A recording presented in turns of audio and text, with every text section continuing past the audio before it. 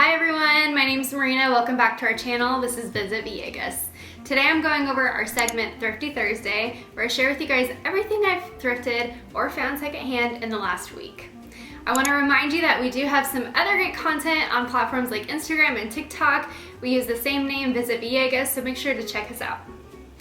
First, I am going to go over all of the thrifted finds of the week, and then I have some other fun things to share with you guys too. Alright, this has been such a hectic holiday week. We celebrated 4th of July, all of that good stuff. It's definitely harder to find time to go thrifting when there's a holiday, so I have just a few things to share with you guys today. I want to start with my smallest find. So first, I found this really tiny, I don't really know what the proper, you could say, piece of pottery, and I think it has a lot of great uses in it.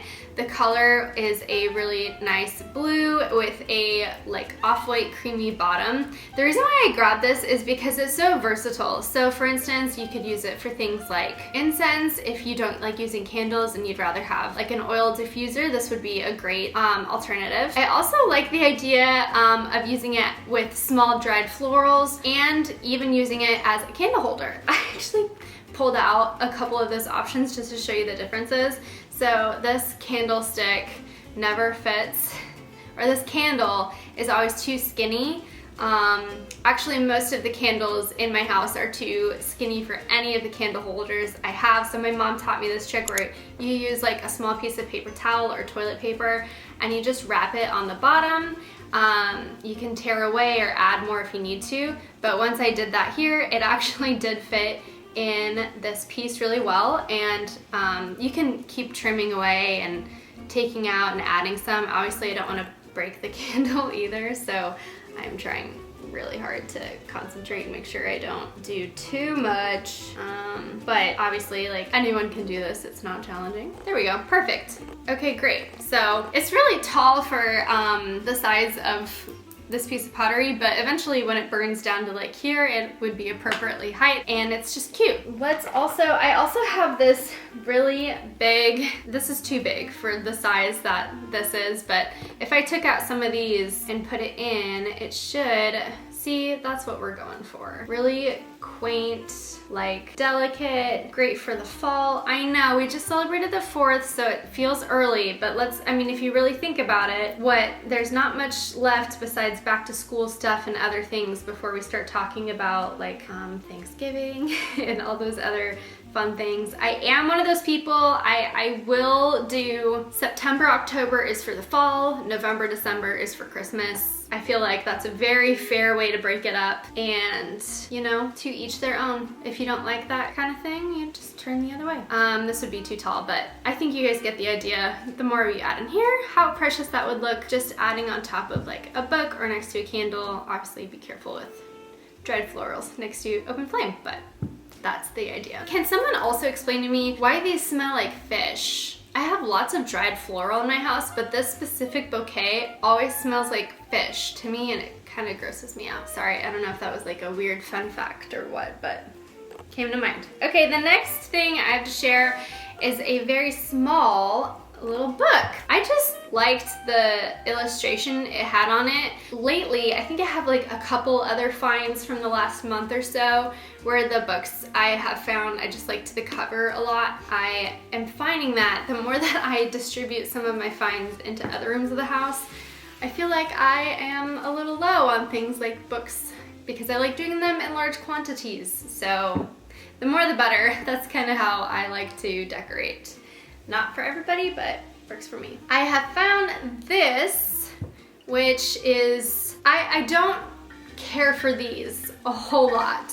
I think it adds a different style, so I'm considering breaking them off.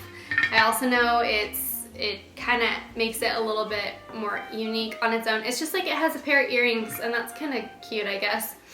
It has small hints of green on there. I don't know if it's paint or what, but I'm considering painting it a darker color and adding a little bit of aging in there just so that way it blends more with what I have. I could totally leave it and it works fine the way that it is, but when I look at it individually, there's just a few things about it where I'm like, maybe the green just throws it off for me a little bit. I also always check the bottom to see if you can find a maker or any of the details on there. This one has nothing on it. It does have a significant scratch, which could make me think when it was being made that someone maybe marked it to identify like item number 6 or something like that. But what I like is looking for them to make sure it doesn't just say something like Hobby Lobby or Michael's, because when you're thrifting, I'm looking for unique pieces that I can't find at places like big stores like that. All right, this one was a really fun find. I would love to give credit to Max for this. He brought it to me and I was really excited about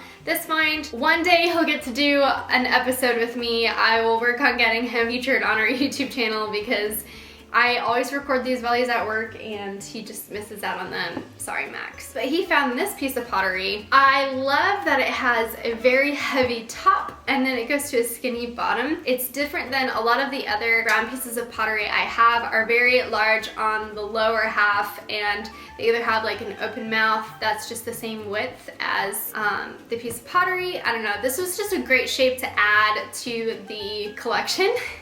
And sometimes when I say that, I feel like I'm the Little Mermaid. I don't know, I mean, can you say that and not feel like that? This one, what's cool about it is it actually does say Mexico on the bottom. So I do believe that this one, I'm assuming was made there. It also has a similar scratch on the bottom, so I'm curious if these came from the same place because of the marking.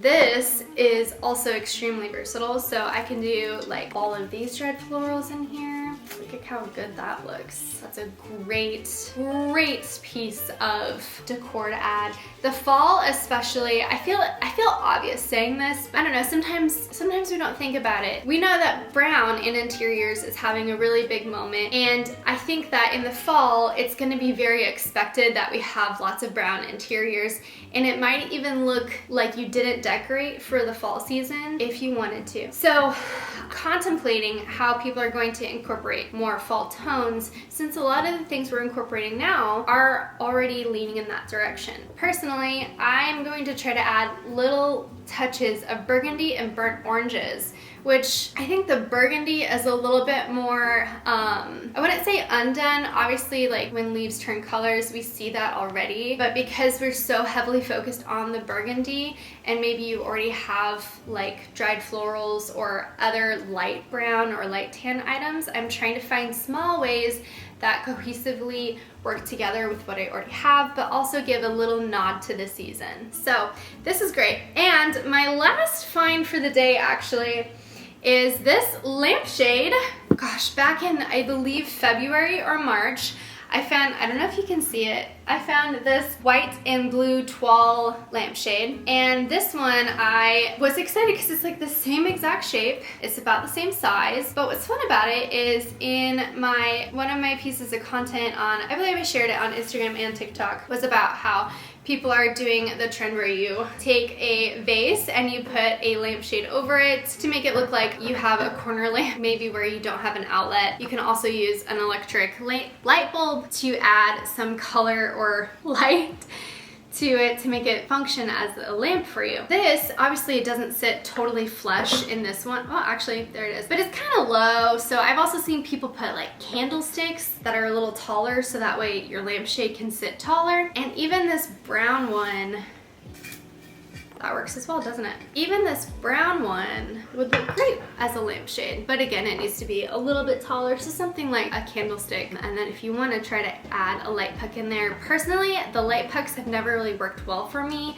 I have 2 of them in some sconces above my buffet, and they just die really quickly. I've changed out the batteries, and they just haven't worked for me quite as well. I personally would rather have things hardwired so that way it lasts and I can rely on it. However, in a pinch, an electric light bulb could be a great alternative. So this is a very short haul for this week. I also wanted to do a little spotlight on a new piece of content we've started called Martha and Marina. If you recall, a few weeks ago, I shared about this book that I thrifted. It is Martha's Entertaining a Year of Celebrations. This is everything that Martha suggests for specific types of celebrations you can do throughout the year. It includes menu plans, directions for how to set the tables for specific events, awesome photography nodding to different occasions. So in our Martha and Marina series, I thought it'd be fun to take the concept of Julie and Julia and to be able to do my own version of that book using Martha's entertaining book.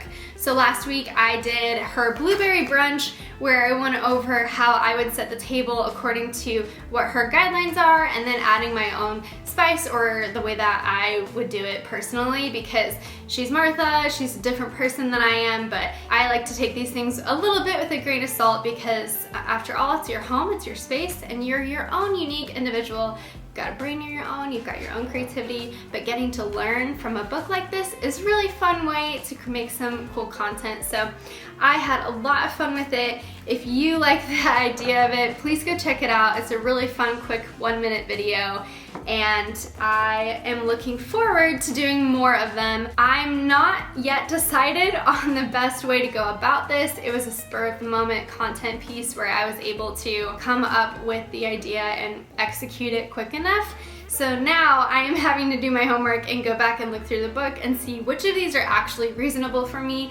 How would I like to execute them? When would I like to execute them? If that idea interests you, go ahead and throw a comment in the comment section below. Let me know what you think about the idea, maybe how often you'd like to see some of Martha's entertaining played out in real life for someone like me. That is everything I have to share today. My name is Marina. Thanks so much for watching today's episode on Thrifty Thursday. Don't forget to like, subscribe, and click the notification bell so you can be prepared when the next one goes live. Bye.